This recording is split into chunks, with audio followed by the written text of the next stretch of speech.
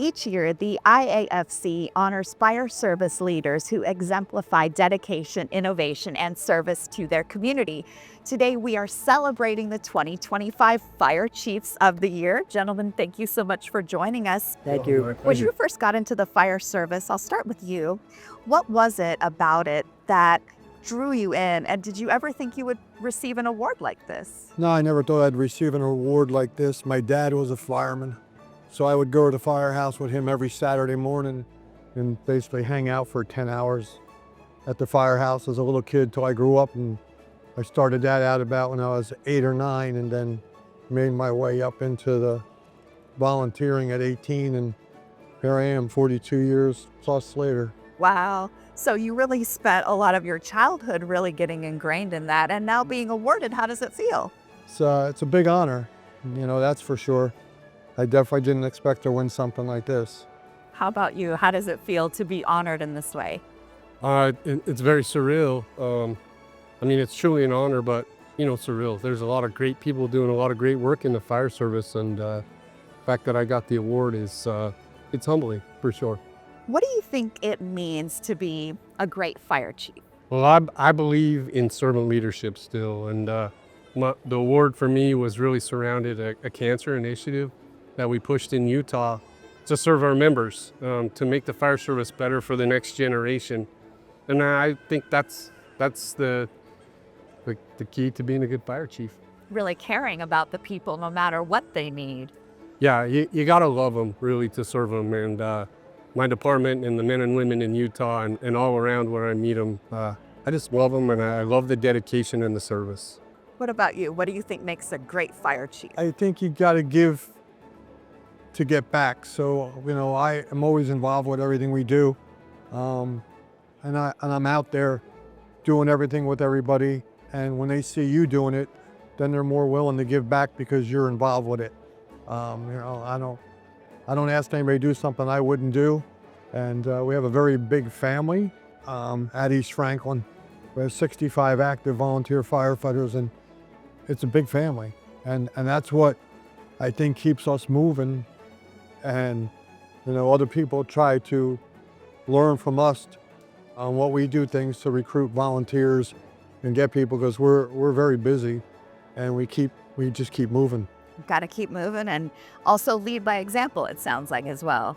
Yeah, 100%. So is there a call or a point in your career that kind of sticks out that was maybe a turning point for you? Yeah, it was a call, but it wasn't a call that I was on. I actually had a house fire in my home in 2014, and we lost everything. And I always felt like I knew what service was, but until it happens to you and you see the other side, it really changed my perspective on what serving means and how to serve and what the people that we serve feel. And really changed my perspective and changed my mantra and how we do our mission, how we serve the mission.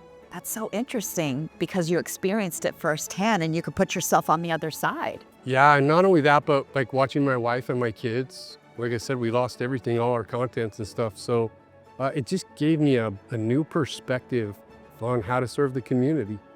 What about you? Is there a call or a turning point that you can reflect on right now? In 2006, we had a line of duty death, one of our firefighters, and I was there. I saw it all unfold, saw it happen, and that's what strengthened our family as firefighters even more, because we still to this day are in touch with Kevin's parents and do a lot of stuff with them. I can tell it really means a lot to you. Yeah.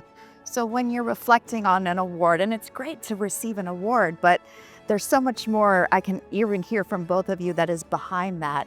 So are there people that you want to recognize who've been a part of your journey, that you kind of would like to thank and recognize? Yeah, there's a lot of people.